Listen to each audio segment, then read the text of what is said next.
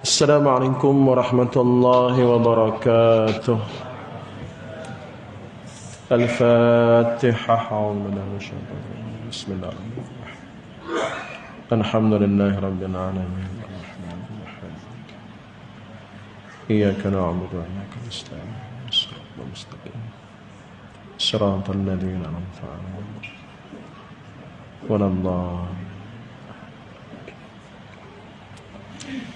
Alhamdulillahi rabbil alamin wa bihi nasta'in ala umuri dunya waddin wal 'aqibatu lil muttaqin wa la 'udwana illa 'alal zalimin. Assalatu wassalamu ala asyrafil anbiya'i wal mursalin sayyidina wa habibina Muhammadin wa ala alihi wa ashabihi ajma'in. Subhanaka la ilma lana illa ma 'allamtana innaka antal alimul hakim. Rabbi shrah li sadri wa yassir li amri wahlul 'uqdatam min lisani yafqahu qawli. Rabbi zidna ilma warzuqna fahma. Rabbi yassir wa la tu'assir. Allahumma la sahla illa ma ja'altahu sahla wa anta taj'alul hazna idza syi'ta sahla. Amma ba'd. Qala Allah subhanahu wa ta'ala fi kitabihil karim ba'da a'udzu billahi minasyaitonir rajim. Ya ayyuhan nasu taqu rabbakum alladzi khalaqakum min nafsin wahidah. Shadaqallahul azim. Yang berbahagia Tuan Imam, anggota jawatan kuasa Surau Hidayatul Islamiyah, Taman Sisni, ahli-ahli jamaah muslimin dan muslimat, hadirin hadirat, tuan-tuan puan-puan rahimakumullah sekalian. Alhamdulillah, syukur pada Allah, dilimpahi rahmat daripada Allah, segala nikmat-nikmat iman Islam, nikmat kesehatan, nikmat kelapangan masa, maka dapat kita hadir pada malam ini ke rumah Allah, salat berjamaah, dan kita ambil ruang waktu masa yang ada berada pula dalam majlis ilmu Raudatul Jannah, taman-taman syurga. Semoga keberadaan kita mendapat rahmah, barakah dan maghfirah daripada Allah subhanahu wa ta'ala, insya-Allah. Baiklah tuan-tuan, malam ini kita sambung pengajian kitab Mabadi'ul Islam yang dikarang oleh almarhum Allahyarham Syekh Abul A'la Al-Maududi rahimahullah. Dan tuan-tuan ada buku pada muka surat 26. Sambungan apa yang kita baca pada bulan lepas, iaitu berkaitan dengan tajuk faedah Islam.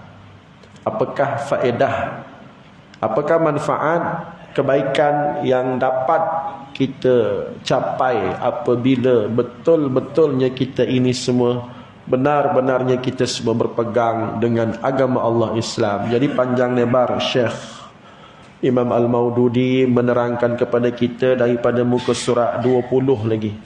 Maknanya sudah 6 muka surat, sudah masuk 6 muka surat perbahasan berkaitan dengan manfaat ataupun faedah kebaikan sekiranya kita benar-benar berpegang dengan agama Allah, agama Islam. Jadi muka surat 26 tu sambungannya yang paling dimuliakannya.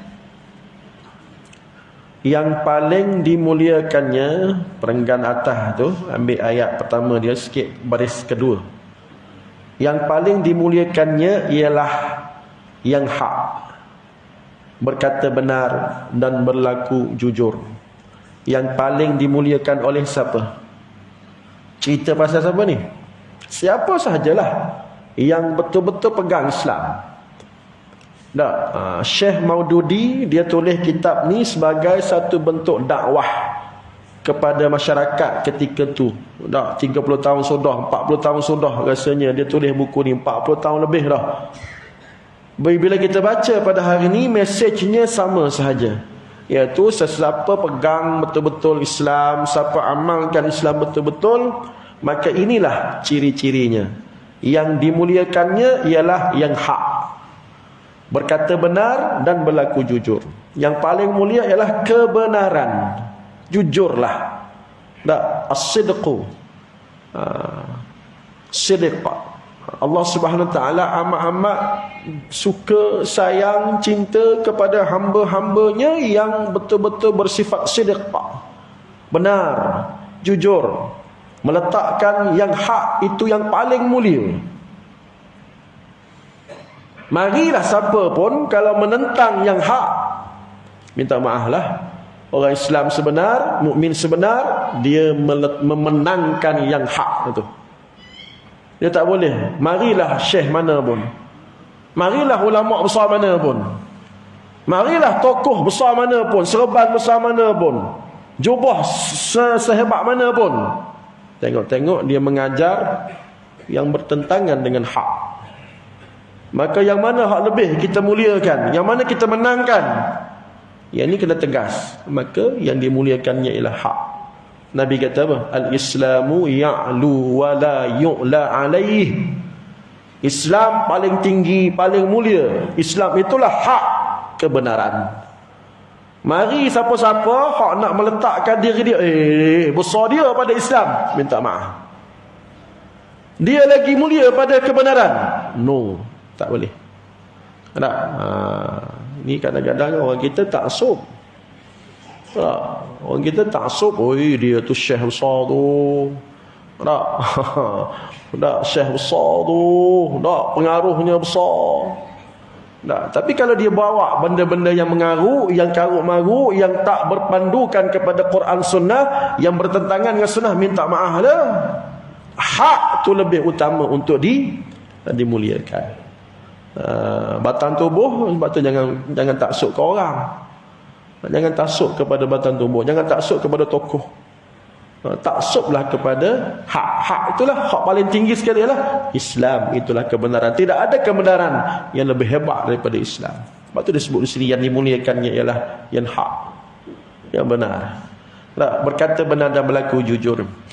Ia tidak kedekut terhadap dirinya dan hartanya pada jalan yang hak, sehingga dia infak dia. Infak mana apa? Infak pengorbanan dia, sumbangan dia. Infak mana sumbangan. Apa yang dia sumbang termasuklah diri dia sendiri. Allah, saya ni baca boleh lah. Saya tukang baca, tolong baca je. Nak korban diri sebagaimana sahabat-sahabat Nabi sallallahu alaihi wasallam yang gugur syahid, ataupun para al-anbiya wal mursalin, para nabi dan rasul yang mengorbankan diri dia, nyawa dia. Sahabat-sahabat mengorbankan dirinya, nyawanya. Allahu akbar. Dan lagi apa lagi? Dan hartanya pada jalan yang hak. Bila mengenal kebenaran, maka yang kebenaran itulah diangkat setinggi-tingginya, kerana kebenaran ini datang daripada Tuhan. Al-haqqu mir rabbik.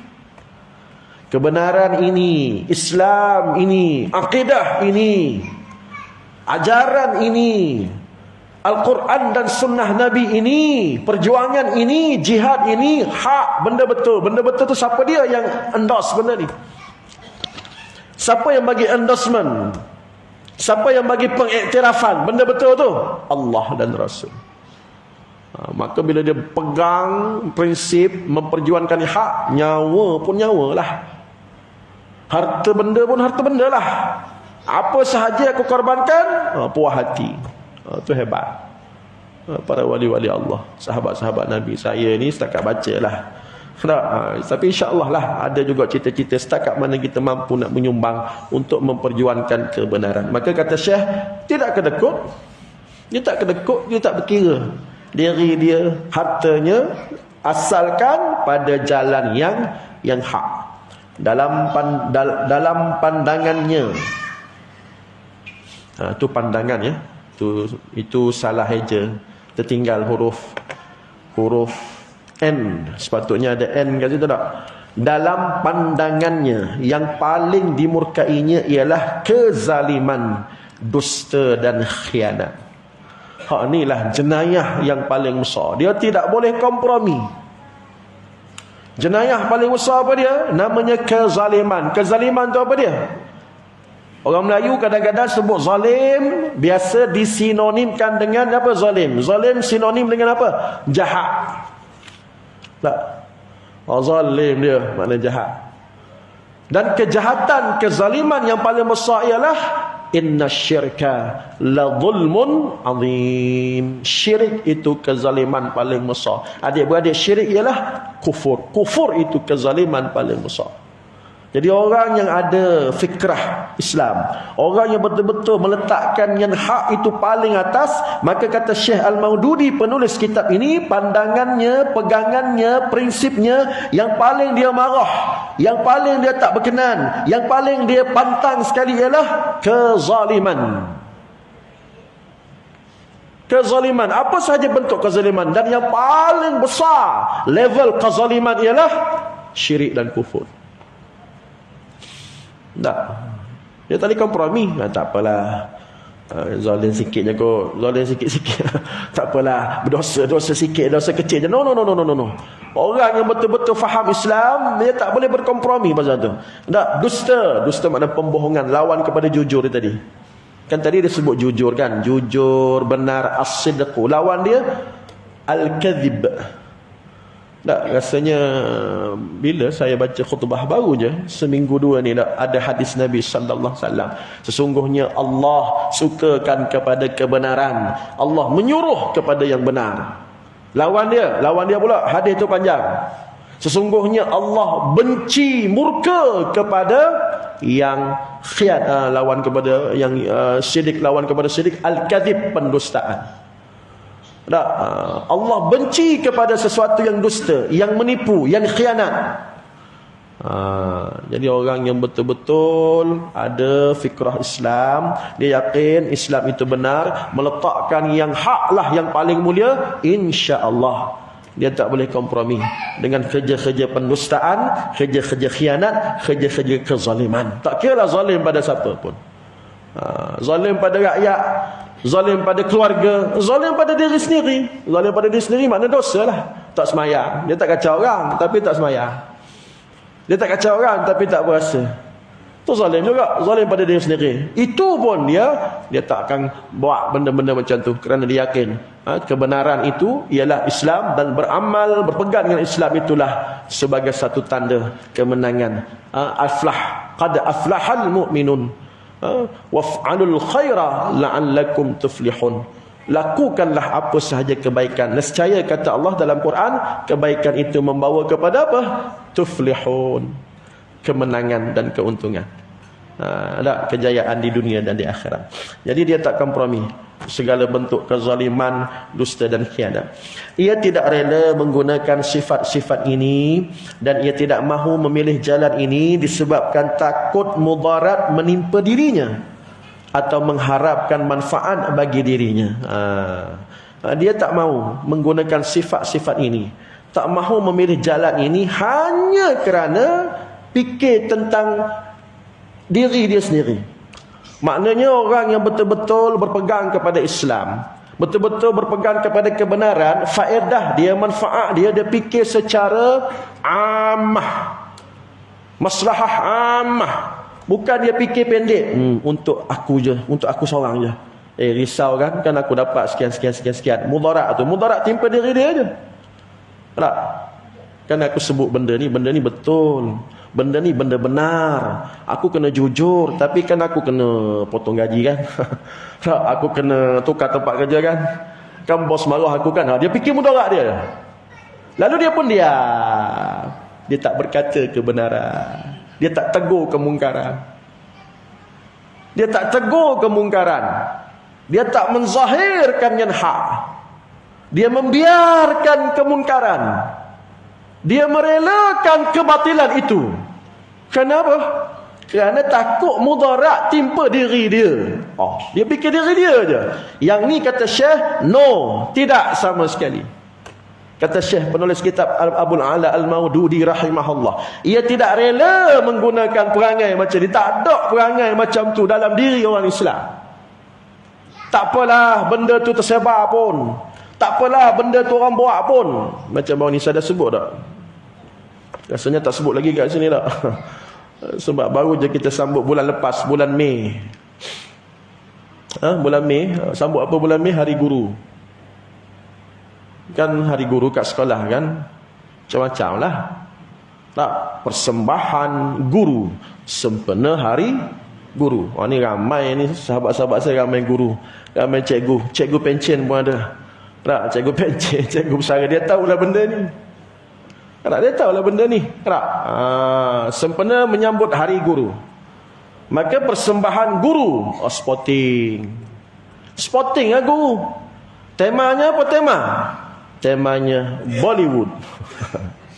Nah, temanya Bollywood. Udah. Cikgu perempuan pun udah tergolek-golek le macam kajol, walaupun muka tak macam kajol pun. Ada hak pakai anting-anting dekat hidung. Mari pula sekolah lain pula, temanya rock. Temanya rock, maka rock ni banyak mazhab dia juga. Ada heavy metal, semua rock tu. Rock metal, heavy metal, trash, punk, semua sekali. Tahu juga sikit-sikit, aku tahulah. Mungkin bukan zaman tuan-tuan lah, zaman tuan-tuan mungkin pok ye-ye kot. Tak. Kalau rock ni, maka buatlah cikgu-cikgu pakai dengan simbol tangannya, dengan itunya, dengan ininya. Sampai ada orang duk bersembang, sekolah tu tak ada ustaz ke? Ada orang tanya, sekolah tu tak ada ustaz ke? Sekolah tu tak ada ustaz ke, teguh? Yang duk beria buat tema-tema rock, buat sembahan atas pentas depan budak-budak ni. Sekolah tu tak ada ustazah ke? Ustazahnya mana? Ustaznya mana? Tengok-tengok dengan ustaz-ustaz jadi rock. Tengok-tengok dengan ustazah-ustazah sekali jadi Bollywood. Heboh satu Malaysia, viral video tu. Bukan negeri kita, bukan kat Perak, berlaku di sekolah luar Perak. Sekolah Perak ni insya-Allah lah bagus-bagus, tak ada apa, insya-Allah. Ada ustaz dia, ada ustazah dia. Yang tu pun ada ustaz juga, ada ustazah dia. Tapi itulah, tak berani nak tegur, tak berani nak melawan tema itulah. Budak-budak tengok, anak murid tengok, Allah bergolek-golek. Cikgu-cikgu perempuan campur cikgu lelaki perempuan duk atas pentas. Berianya dengan tema rock tu, berianya dengan tema Bollywood tu. Tak. Maka di situ kan balik pada buku kita ni. Orang yang betul-betul pegang kepada Islam, pegang kepada kebenaran, pegang kepada yang hak, dia tak rela membuat perangai-perangai kerana takut mudarat timpa diri dia. Kan aku tegurkan, orang kata aku tak sporting pula. Kan aku tegurkan, orang kata aku ni nak melawan arus pula. Kan aku tegurkan, guru besar kan, pengetua kan, tak bagi markah prestasi cemerlang pula. Tak boleh APC, orang macam-macam contoh. Hak jenis macam ni, minta maaf. Syekh kata, bukan orang Islam yang betul-betul faham hakikat manfaat, faedah daripada pegang kepada agama ni, pegang kepada yang hak. Contoh, disebabkan takut mudarat timpa dia ataupun mengharapkan manfaat bagi dirinya. Sama ada dia takut mudarat timpa dia ataupun dia duduk diam-diam kerana nak manfaat. Tak apalah, lantak le. Benda batil tu berlaku, aku peduli apa? Aku tak peduli. Benda salah pun salah lah, benda batil pun batil lah, benda haram, berdosa, maksiat pun teruskanlah. Kenapa? Kerana aku ada manfaat. Kawan-kawan aku dapat komisen contoh. Kawan-kawan aku ada saham. Yang jenis ni lah. Maka Syekh kata no. Orang-orang yang tak ada prinsip kerana nak manfaat yang sedikit ataupun takut mudarat, maka dia pun melanggarlah batasan agama. Sanggup dia tutup mulut kerana takut kepada hilang dunia. Dia tak takut hilang prinsip. Dia tak takut hilang maruah sebagai orang Islam. Dia tak takut murka Allah. Tapi yang dia takut tu, takut mudarat timpa diri dia dan takut hilang manfaat dunia yang dia kerja wang, iyadzubillah. Jadi harap-harap kita tidak macam itulah. Kita benda tak betul, cakap tak betul. Tak kira lah Pak Imam berapa pun. Tak kira lah guru besar, pengetua, PPD, JPN, kementerian, menteri ke apa ke, pengurusi masjid, Pak Imam, kalau tak betul, tak betul lah. Biar puas hati belajar kitab ni. Biar puas hati belajar kitab ni, kita nak amal kitab ni. Tak kira siapa pun. Tak betul lah. Sebab dia meletakkannya hak tu lebih tinggi berbanding hak lain. Al-haq, al-Islamu ya'lu wa la yu'la alaih. Kebenaran itu hak paling tinggi, Islam tu paling tinggi. Hak segala benda-benda lain, soal dunia, pangkat, kedudukan, jawatan, nak potong gaji ke nak apa ke, itu nombor 3, nombor 2, nombor 10, nombor 40 dah. Hak nombor 1 ialah aku berpegang kepada kebenaran. Itu dia. Baca lagi. Orang seperti ini ialah juga yang akan berjaya mencapai kemenangan di dunia. Atas dunia dah dapat. Orang yang bagaimana? Orang yang tak rela tadi. Orang yang tak rela orang yang tidak rela perenggan atas tadi lah. Orang yang tidak rela menggunakan sifat-sifat hipokrit tadi. Sifat-sifat yang kita kata melanggar prinsip tadi.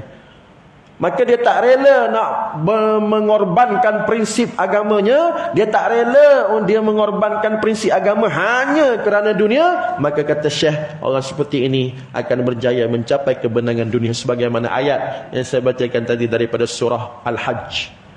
Waf'alul khaira la'allakum tuflihun. Buatlah baik, peganglah kebenaran, peganglah kebaikan. Apa sahaja benda membuat tu al-khairat, kebaikan, kebenaran, maka janji Allah, apa Allah berjanji dalam ayat tu? La'allakum, moga-moga kamu tuflihun, dapat kemenangan, kejayaan, keuntungan dunia dan akhirat. Itu bagi orang berprinsip, saudara. Baik. Seterusnya, perenggan ketiga. Benar kata Syekh.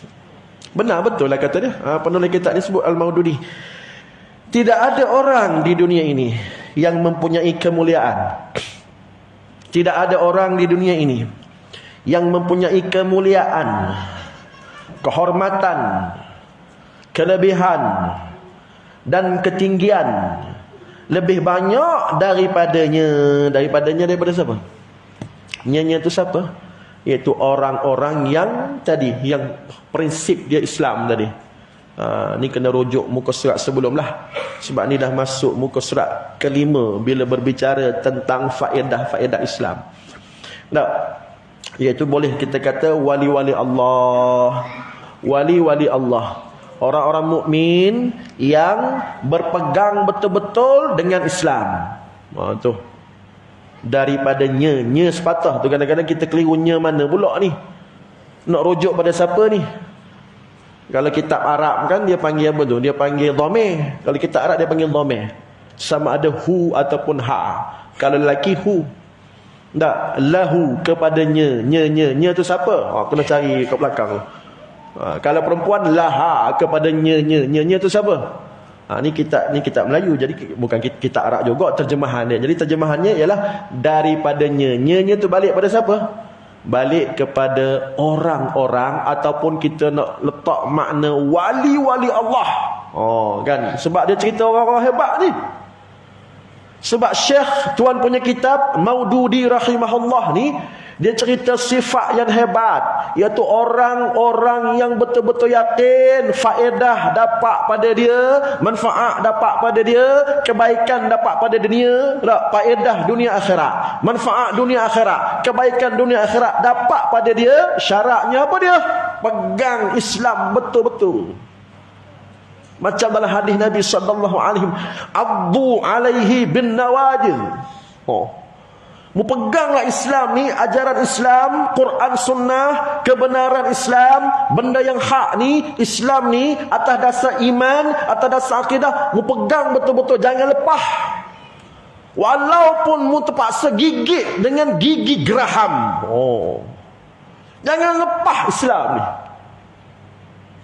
Jangan lepas Islam, jangan buang buang tu na'udzubillah lah. Jangan tinggal Islam, jangan tinggalkan arah perjuangan Islam. Jangan lepaskan Islam, pegang dengan tangan. Nak terlucu, kaki duk ada. Tak. Khabak lagi. Khabak, orang Kelantan kata khabak. Orang Perak faham tak khabak? Saya baru balik Kelantan, kan cuti sekolah apa ni, semalam baru sampai, petang semalam baru sampai. Orang Kelantan kata khabak lah, khabak. Tak, pegang dengan tangan. Allah, ini agama Islam kau pegang ni. Udah macam nak terlucu dengan macam-macam dugaannya, cabarannya, fitnahnya, godaan dunianya, hinaan daripada musuhnya. Maka benda tu kita kata, Ya ke? Ya ke? Ya ke? Betul ke berjuang ni? Jihad Islam ni. Berpegang dengan tangan. Nak telucuk kaki tu ada. Khabak peluk macam tu. Nak telucuk juga. Hebat tangan. Gigit dengan gigi geraham. Asal jangan lepas Islam ni. Allahu Akbar. Sampai tak tu saya pun tak berani nak syarah panjang-panjang. Takut saya pun tak terbuat. Allahu Akbar. Ya betul tu Syekh kata. Tak.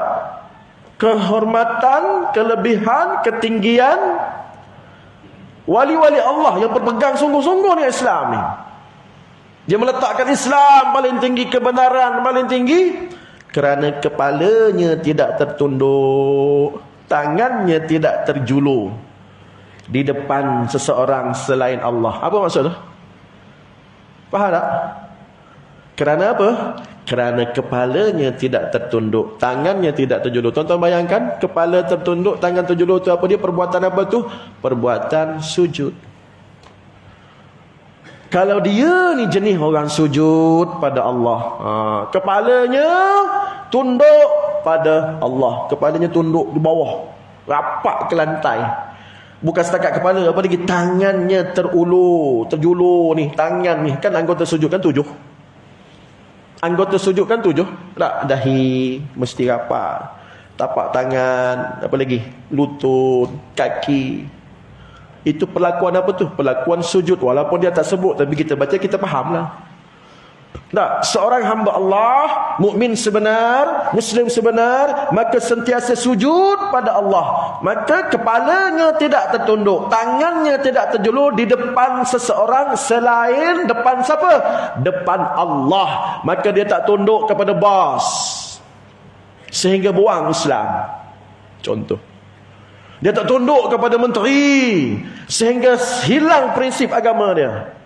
Dia tak tunduk pada majikan dia, pengetua dia, guru besar dia, bos dia, siapa ke dia tak tunduk. Melainkan sebagaimana perlakuan sujud tadi. Hanya aku tunduk, taat.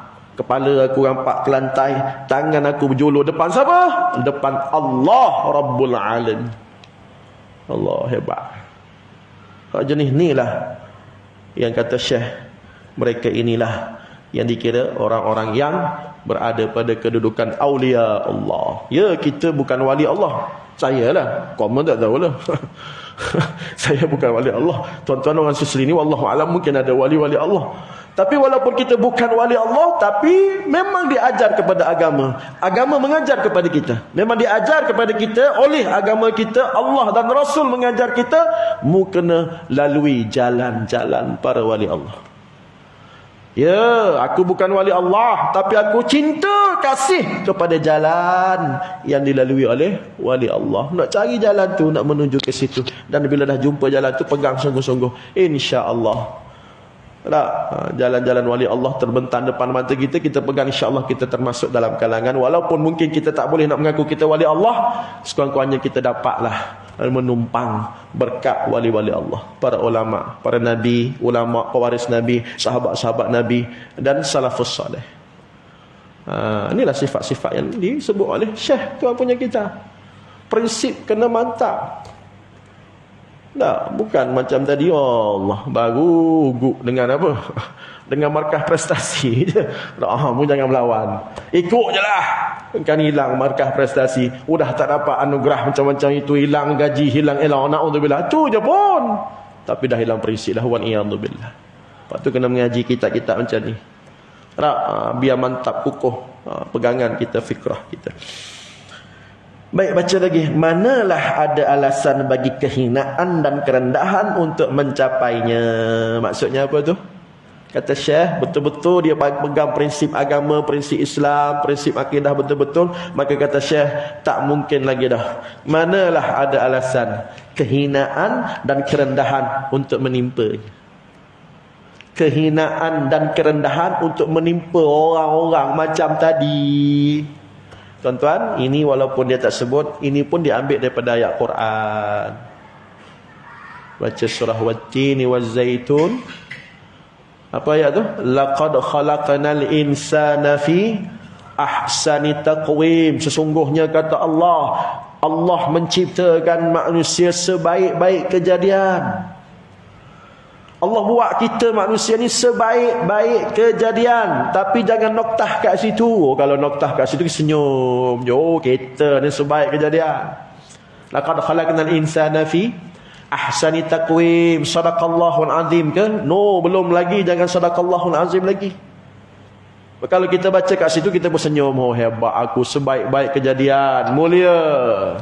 Maka sambung ayat tadi, summa radadnahu asfala safilin. Mu manusia, ya, sebaik kejadian. Lebih baik kejadianmu daripada lembu, kebau, ayam, itik. Lebih baik kejadianmu daripada jin, syaitan, iblis. Kejadianmu lebih baik, terbaik. Tetapi radadnahu asfala safilin. Boleh jadi mu hak manusia terbaik ni akan direndahkan serendah-rendahnya, akan dihina sehina-hinanya. Sebagaimana kata Syekh, kehinaan dan kerendahan. Kata terbaik, kata kejadian terbaik, hina pula. Sebab apa? Sebab mereka tak terima Islam, mereka lawan Islam. Kecuali yang selamat daripada kehinaan, yang selamat daripada kerendahan, illal ladzina amanu wa amilus salihat. Orang saleh, orang beriman dulu. Yang penting beriman dulu, kemudian barulah beramal. Ya, orang beriman, beramal saleh, dia tak ada kehinaan. Sebagaimana ayat Quran tu, walaupun dia tak petik, kita baca kita fahamlah. Syekh ambil daripada ayat Quran tu. Syekh ambil daripada ayat Quran tadi. Manalah ada alasan bagi kehinaan dan kerendahan, asfala safilin. Ulama mentafsirkan dua makna kehinaan kerendahan. Kalau buka kitab tafsir lah, asfala safilin, iaitu dengan makna yang pertama, kerendahan, kehinaan atas dunia. Orang hak tolak Islam, orang hak memusuhi Islam, confirm dia dapat kerendahan, kehinaan atas dunia ni. Baca ayat lain pula, balhum adall ulaika kal an'am. Puak-puak ni macam natang, macam lembu, macam kebau, macam babi, macam anjing. Kasarlah bunyinya, tapi itu bukan perkataan saya, perkataan Allah. Ulaika kal an'am, macam binatang ternak. Kan ada orang bela anjing, bela babi, bela lembu, bela kerbau, macam tu lah. Balhum adal, bahkan mereka itu lebih teruk daripada binatang. Itulah kerendahan dan kehinaannya atas dunia lagi. Walau dia kaya-kaya, walau dia dapat Tan Sri, contoh. Walau dapat Tan Sri, walau dapat Tun, tapi lawan Islam, benci Islam, menyampah dengan Islam. Walau kaya-kaya, rumah besar, kereta mewah, pangkat besar, Fir'aun, Namrud, Abu Lahab, Abu Jahal. Oh, hebat atas dunia. Semua hebat atas dunia tu, kaya-kaya tu. Abu Lahab, Abu Jahal, Namrud, Fir'aun. Tetapi hakikatnya atas dunia mereka itu lebih teruk daripada binatang, sehina-hinanya. Kerendahan dan kehinaan itu tafsiran yang pertama. Mari pula tafsiran yang kedua, iaitu orang-orang yang apa maksud asfala safilin, rendah serendah-rendahnya, hina sehina-hinanya, ialah tempat mereka di akhirat, naudzubillah, iaitu neraka paling dalam, neraka jahanam, tempat paling hina. Fabi'sa mathwal mutakabbirin. Sa'at mustaqarra, dalam surah Al-Kahfi sebut. Dalam surah Az-Zumar sebut seburuk-buruk tempat. Dalam surah Az-Zumar Allah sebut bi'sa, seburuk-buruk tempat. Mathwal mutakabbir, fa bi'sa mathwal, seburuk-buruk tempat, iaitu dalam neraka. Di akhirat nanti orang kafir, hak tak beriman, hak memusuh Islam. Baca pula surah Al-Kahfi, Allah kata sa'at murtafaqa, seburuk-buruk tempat kediaman. Atas dunia rumah banglo besar, tapi lawan Islam. Akhirat nanti saat mustaqarrah, kediaman kamu seburuk-buruk tempat, neraka jahanam. Itu tafsiran kepada kehinaan dan kerendahan sebagaimana sebut oleh Syekh Maududi dalam kitab ini. Jadi waliyadzubillah. Jadi apa gunanya kita dapat dunia ni, dapat kemewahan daripada kurniaan atas dunia ni, sekiranya dalam di akhirat nanti naudzubillah kehinaan dan kerendahan dalam neraka, ataupun atas dunia ni dah memang hina pun di sisi Allah, lebih teruk daripada binatang. Itulah orang-orang yang tidak menerima Islam, memusuhi Islam, tidak berpegang dengan Islam. Baik, ada masa lagi. Baca lagi seterusnya. Tiada seorang pun di dunia ini yang mempunyai kekuatan, keberanian dan ketangkasan lebih daripada orang seperti ini. Tengok Syekh kata, oh inilah orang yang paling hebat. Wali-wali Allah yang betul-betul berprinsip, yang betul-betul pegang agama Islam, pegang kebenaran, pegang akidah, pegang sunnah. Seumpama macam hadis Nabi tadi saya dah sebut tadi, seumpama pegang gigi dengan gigi geraham, dia takkan lepas.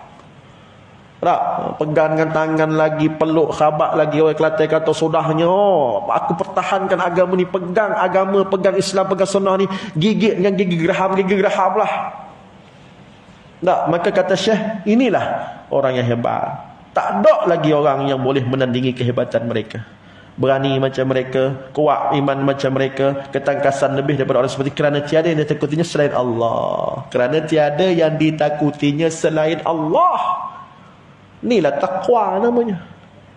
Tak takut. Uguklah apa pun. Tak takut. Uguklah apa pun. Kena pecat jawatan, tak, kena buang kerja, kena potong gaji. No, dia tak kira benda tu. Bukan hidup dia itu pun. Bukan hidup dia cari jawatan pun. Bukan hidup dia gaji nombor 1 pun. Tak. Tetapi hidupnya ialah sebagaimana disebut dalam solat tu. Inna salati wa nusuki wa mahyaya wa mamati lillahi Rabbil Alamin. Hak betul-betul faham hakikat kehidupan. Maka Syekh kata, tiada yang ditakutinya selain Allah. Bila kita tak takut ke orang, hanya takut Allah, maka orang takut kita. Tu kata Syekh, saya lupa siapa nama, Tok Guru Pondok ke apa. Mu ni tak, kalau mu takut pada Allah, mu tak takut ke orang. Tak takut kat orang. Orang nak kata apa, katalah. Tapi syarat mu kena betul lah. Mu kena benar. Bila mu pegang kepada kebenaran, pegang Quran, pegang sunnah, prinsipnya mantap, kukuh, tak faham agama, pegang sebagaimana Nabi sebut tadi, gigit dengan gigi geraham pun. Orang kata nak kata apa, katalah. Biar dia nak kata, mulut dia. Bukan kita boleh tutup mulut orang ni. Mulut orang bukan boleh tutup. Orang nak kata-kata lah. Nak kata apa? Macam saya, ada orang kata Ustaz Muhammad Wahabi. Nak kata-kata lah. Memang aku Wahabi pun. Wahabi dengan nama Allah. Bukankah Wahab tu nama Allah? Ni pun satu hal juga. Mu nak kutuk orang, mungkin kena tahu Wahab tu apa makna Wahab. Hina sangat Wahab ni. Wahabi Pak Wahab. Sedangkan Wahab tu nama Allah. Berdoa bukan mana lagi berdoa, Rabbana la tuzigh qulubana ba'da idh hadaitana wa hab lana min ladunka rahmah innaka antal Wahhab. Oh, sebut nama Tuhan, tiba-tiba mu duk guna nama tu untuk pedajai orang, hina orang. Ustaz Muhammad Wahabi contoh. Katalah, jawab daripada Allah esok. Tak peduli, tak takut. Nak report pejabat agama, report lah. Tak. Apa masalah dengan report? Sebab tu kena ada prinsip. Kena tegas dengan benda-benda macam ni. Nak kata apa pun, ada orang kata aku, maka kita stop, slow sikit. Kena slow sikit ni. Jangan duk berani sangat. Orang dah kata tu, orang dah hebat, jenuh lah macam tu. Kita hidup bukan kerana orang, kita hidup kerana Allah. Sebab tu Tok Guru Pondok kata, saya lupa Tok Guru Pondok mana, kat Kelantan dulu, kata, kalau mu takut pada Allah dan mu tak takut pada orang, insya-Allah. Insya-Allah mu akan berada dalam kebenaran. Tapi kalau mu takut pada orang, mu tak takut pada Allah, lebur. Takut kat orang, nak tegur pun takut. Mu tak takut amaran Allah, supaya kamu sebagai hamba Allah, sebagai pejuang agama Allah, mu kena kata yang hak, walau kana murran, walaupun pahit, walaupun berat. Qulil haqqa, sebutlah benda tu betul, berkatakan kebenaran tu, sebut yang betul. Walaupun pahit, walaupun orang marah, walaupun orang nak kutuk, walaupun orang nak kata apa pun, tapi betul tetap betul. Kebenaran yang paling tinggi, al-haqqu min rabbik, daripada Tuhan. Islam ya'lu, Islam paling tinggi. Kita bukan hidup kerana orang. Bukan hidup kerana orang, hidup kerana Allah. Syekh sebut dah tak? Kerana tiada ni katanya selain Allah. Ketangkasannya tiada tertakluk kepada yang lainnya. Ketangkasannya tiada tertakluk kepada yang lainnya. Lain pada Allah. Tak, tangkas mana bertangkas? Tangkas mana cergas dia. Tangkas cergas. Tak, ketangkasan dia. Dia seorang yang cergas. Dia tangkas, pakar, mahir, kemahiran dia, kepakaran dia. Maka semua tu disalurkan kepada agama. Dan datangnya kemahiran dia. Contoh apa kemahiran dia? Ulama banyaklah benda dia mahir. Ulama mahir Al-Quran, dia faham Quran. Ulama mahir sunnah, dia faham sunnah. Maka kemahiran dia, tangkas dia dalam bidang itu, dia salurkan pada Allah Ta'ala. Dan dia tak kata pun itu datang daripada selain daripada Allah. Bukan kata, oh tengok, aku pandai, sebab aku mengaji, sebab aku ada PhD. No, kalau jenis macam tu, perangai siapa tu? Perangai Qarun. Itu perangai Qarun tak? Allah sebut dalam Quran kan? Perangai Qarun. Oh, dah kaya sebab aku pandai. Mu semua miskin sebab mu bodoh. Na'udzubillah. Tak, para ulama, para salafus salih, keilmuan dia, kepakaran dalam agama, kemahiran dalam mengeluarkan hukum, kefakihan, fakih dalam ilmu, semua tu kata Syekh tidak tertakluk, tak ada kena mengena pun dengan kitab banyak dia baca. Oh, aku banyak baca kitab. Ataupun mengaji universiti hak paling hebat, guru aku, profesor aku. Melainkan dia sandarkan ini semua datang daripada Allah Ta'ala. Sebagaimana Quran sebut, Subhanaka la ilma lana illa ma 'allamtana innaka antal alimul hakim. Itu surah Al-Baqarah. Malaikat bertasbih, aku tak tahu apa pun melainkan datang daripada apa yang Allah bagi pada aku. Sebab tu dia sedar ketangkasan dia, kemahiran dia, keilmuan dia datang daripada Allah. Maka wajib dia salurkan kepada jalan yang Allah suruh, jalan yang Allah redha, iaitu kepada jalan ilmu, jalan dakwah, jalan mengajak orang pada jihad, jalan mengajak orang kepada amar ma'ruf nahi munkar. Itu lebihnya orang takut pada Allah Ta'ala. Kekuatan manakah yang mampu menyelewengkannya daripada jalan lurus? Ada lagi tak hak boleh menyesatkan dia? Ada lagi tak orang-orang yang boleh membuatkan dia tu hilang prinsip? Tak ada. Tak. Dan harta manakah yang sanggup membeli kekayaan iman dia? Oh, tak ada apalah, kecil sangat tu. Tak, kata Syekh, harta mana? Cekabah. Bagi orang yang beriman sungguh-sungguh, prinsip dia prinsip yang mantap kukuh. Harta manakah yang sanggup membeli kekayaan imannya? Boleh rasuah dia, boleh jumpa tok guru, ulama besar. Tak? Kata, wahai Syekh, udahlah tu, mu nak berapa juta aku bagi, berhentikanlah perjuangan Islam. Tok guru mana nak berhenti berjuang Islam? Melainkan kalau dia tu ulama su. Ulama su makna apa? Ulama jahat, ulama dunia, ulama cari makan. Tapi sekiranya dia ulama muktabar, ulama akhirat, ulama ikhlas, bagaimana Syekh kata ni, harta mana yang sanggup membeli kekayaan iman dia? Berapa juta mu nak rasuah?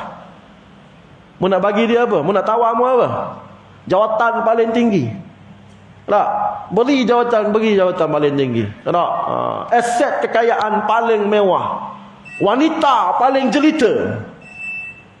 Tak? Apa lagi yang nak bagi kat dia? Supaya tinggalkanlah kebenaran, tinggalkanlah perjuangan Islam, tinggalkanlah berpegangnya hak. Maka Syekh kata, minta maaflah, harta mana hak sanggup beli kekayaan imannya? Tak boleh rasuah. Bukan jenis makan rasuah ni. Bukan jenis gelak mata tengok duit, tengok pangkat kekayaan. Sebab dia hidup bukan kerana duit. Mu nak sogok dia dengan duit, dia tak kelapa, dia tak kemaruk duit. Mu nak sogok dengan apa? Sebab dia ni cari siapa? Cari Allah semata-mata, cari syurga Allah, cari redha Allah. Mu nak sogok dengan duit, ingat dia kemaruk duit macam mu. Mu nak sogok dengan harta kemewahan, ingat dia lapar harta kemewahan macam mu. Tapi syarat dia tadilah, itu betul-betul berpegang dengan Islam. Pegang sungguh-sungguh. Tak mampu pegang dengan tangan, mungkin musuh potong tangan dia. Maka dia kudung dengan gigi geraham pun dia pegang. Allahu Akbar. Ibaratnya macam tu lah. Tak?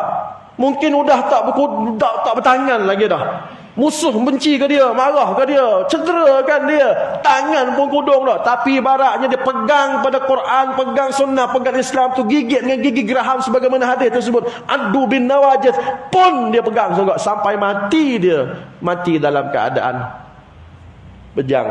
berjuang Islam, mati dalam keadaan husnul khatimah, mati dalam jihad, mati dalam perjuangan. Ataupun dengan bahasa yang lebih hebat lagi, matinya gugur syahid fi sabilillah. Itu memang cita-cita pun. Allahu Akbar. Tak? Mari Syak dah masuk. Syak dah masuk, saya kena laju sikit-sikit lagi. Perenggan terakhir. Tiada seorang pun di dunia ini yang lebih kaya dan lebih berharta daripadanya. Tak ada jutawan hak lebih hebat pada dia. Kerana harta ni, kekayaan ni, tak? Ya, kerana ia bukan pengejar dunia. Kaya yang bagaimana tu? Balik kepada hadis Nabi sallallahu alaihi wasallam. Dia kata kalau orang pegang Islam ni, jutawan mana pun tak boleh challenge dia. Tak? Marilah tokoh koprak. Kat Malaysia ni siapa paling kaya? Tak tahulah, kalau 3-4 tahun lepas Ananda Krishnan kot. Tak. Siapa lagi? Lim Goh Genting Highland tu, Ananda Krishnan. Astro, siapa lagi? Raja Robert Kwok Gula, Raja Gula. Teh Hiong Pao, Public Bank. Itu antara 10 terkaya. Marilah 10 terkaya kat Malaysia ni. Sebenarnya depan wali Allah semua tu jadi miskin belaka. Tak tambah-tambah hak kaya tu kapih lagi lah miskin. Bagi hak kaya Melayu, siapa dia hak kaya Melayu? Orang Sicily ada, 10 terkaya Malaysia ada. Hak kaya Melayu, siapa dia hak kaya Melayu? Doktor apa? Syed Mukhtar Bukhari contoh. Anak Tun Mahathir antara terkaya juga tu, anak-anak Tun Mahathir. Tak, tapi bila berdepan dengan wali Allah ni kata semua tu jadi miskin belaka. Kerana kekayaan wali Allah, orang yang pegang Islam, dia bukan kaya duit. Dia kaya apa? Nabi kata laisal ghina an kathratil aradi. Hadis Nabi ya, walakinnal ghina ghinal nafs. Bukanlah kaya itu kaya harta.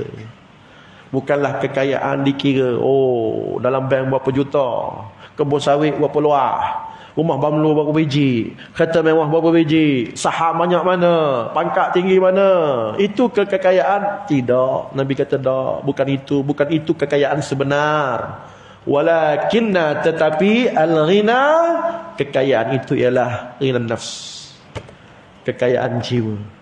Jiwanya ada Allah, jiwanya ada Islam, jiwanya ada akidah. Kalau tak ada Allah, tak ada Islam, tak ada akidah, miskinlah muna'udzubillah. Dan bila ada Allah, ada Islam, ada akidah, dia tenang. Tenang. Orang nak kata apa katalah. Setakat orang nak tuduh Wahabi, orang nak tuduh kita Wahabi, orang nak tuduh kita sesat, orang nak tuduh kita memang macam-macam kataan maki hamunnya, mu nak kata-katalah. Tetapi bagi wali Allah yang ada Allah dalam hati dia, ada Islam dalam hati dia, ada akidah dalam hati dia, Nabi kata ghinan nafs. Jiwanya tenang. Hak ni hak paling kaya. Tak boleh jadi jutawan tadi serabut perut. Orang Kelantan kata serabut perut. Serabut perut, duit banyak pun tak. Orang tu nak berhutang, orang ni nak pinjam. Kena urus company tu, company ni pula masalah. Kebun sawit pun nak kena fikir. Tanah di sana, di sini, macam-macam lah nak kena fikir. Serabut perut, tak tenang pun contoh. Tapi bagi orang yang ada Allah, tak, ni ghinan nafs inilah kekayaan sebenarnya dalam hadis tersebut. Walakinnal ghina ghinan nafs. Walaupun dia tak petik hadis tu, tapi kita faham apa yang dimaksudkan oleh Syekh ini. Kerana ia bukan mengejar dunia dan ia bukan pula pengawal dindingnya fana dan bukan pengikut hawa nafsu. Dia tak ikut nafsu. Kalau ikut nafsu, bukan kata 1,000,000, 10,000 pun gelap mata dah. Ia merasa cukup dengan apa yang diusahakannya mengikut jalan yang benar. Selagi berada pada jalan yang kebenaran, dia merasa cukup. Cukup pegang kepada kebenaran. Tak ada orang ni mana ni? Apa nama ni, nak hantar nak sekolah tahfiz. Tak. Ada lagi zaman sekarang ni. Ingatkan 70-an 80-an dulu je. Kita ingatkan 80-an dulu, 70-an dulu je. Cakap sekolah tahfiz nak makan apa? 2023 ada lagi cakap apa itu. 2023 ni pun ada lagi bercakap apa itu.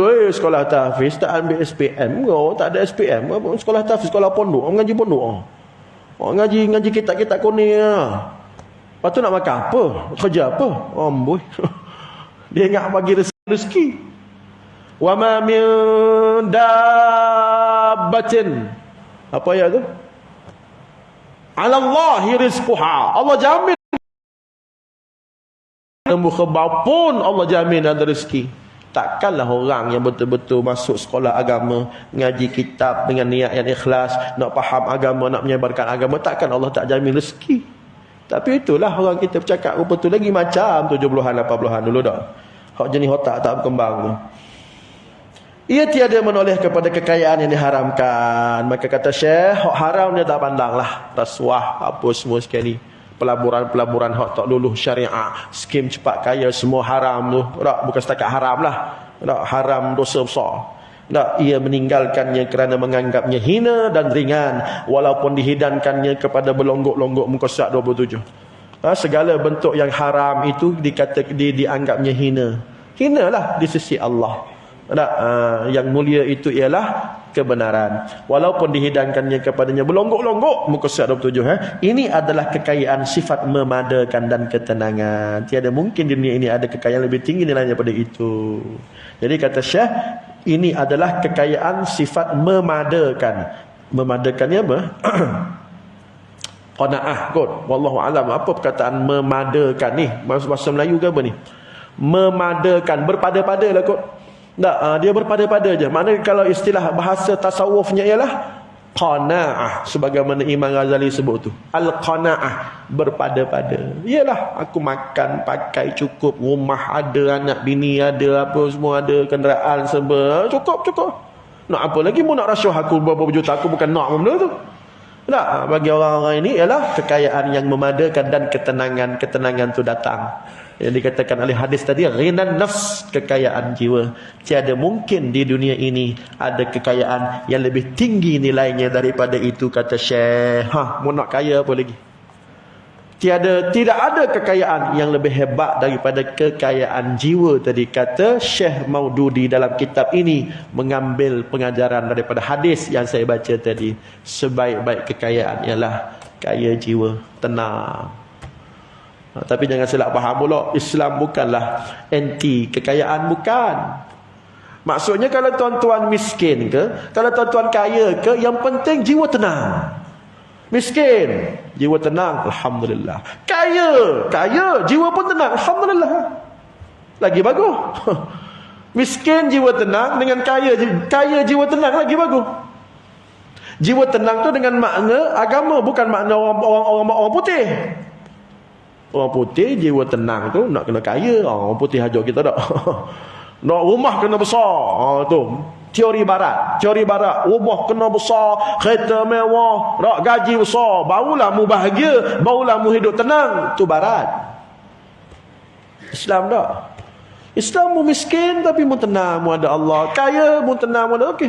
Tak kisahlah miskin atau kaya atau sederhana ke. Sekarang ni dia punya apa istilah dia, M40. Tak kisahlah di mana kita pun, B40 ke, T20 ke, M berapa sekarang, T ke B ke M ke, tak kisah. Yang penting dalam hati kita tenang. Syarat nak tenang, jangan ikut orang putih, jangan ikut barat. Syarat nak tenang, ikut Islam. Itu ada Allah, ada iman, ada akidah, ada fikrah, ada jihad, ada amar ma'ruf nahi munkar, ada segala-segala apa hak Nabi ajar pada kita ni. Insya-Allah itulah tenangnya, insya-Allah. Wallahu a'lam. Cukuplah setakat tu, insya-Allah dah masuk tuan-tuan. Jadi malam ni sekadar satu muka surat pun jadilah. Jadi kita sambung pada bulan hadapan, insya-Allah. Muka surat 27, panjang lagi cerita tu. Pada pertemuan akan datang, insya-Allah saya akan bagi tarikh pada Cikgu Rostam, insya-Allah. Kalau ikutnya saya tak ada tarikh tetap lagi kat sini ni. Kadang-kadang saya ambil Selasa ketiga, tapi Selasa ketiga saya tengok ada ustaz sahabat kita dah mengisi ruang itu, ataupun Sabtu pertama. Sabtu pertama pun dah ada ustaz ambil, jadi insya-Allah saya tengokkan semula jadual tu nanti, insya-Allah kalau ada kesempatan saya letakkan tarikh tetap, sama ada minggu ke berapa, hari berapa. Wallahu alam. Cukup setakat tu. Moga-moga apa kita baca kita faham dan peganglah prinsip ini. Al-Islam ya'lu wa la yu'la alaih. Islam kebenaran paling tinggi, tak ada lebih tinggi daripada itu.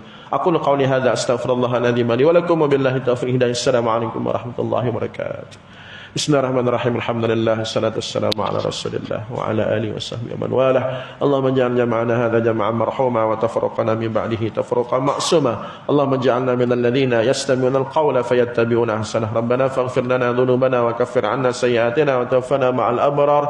Rabbana atina fid dunya hasanah wa fil akhirati hasanah wa qina 'adzabannar. Sallallahu ala Muhammad wa ala ali Muhammad walhamdulillahi rabbil alamin. Kita tutup majlis tasbih kafaran surat al-asr. Subhanallah.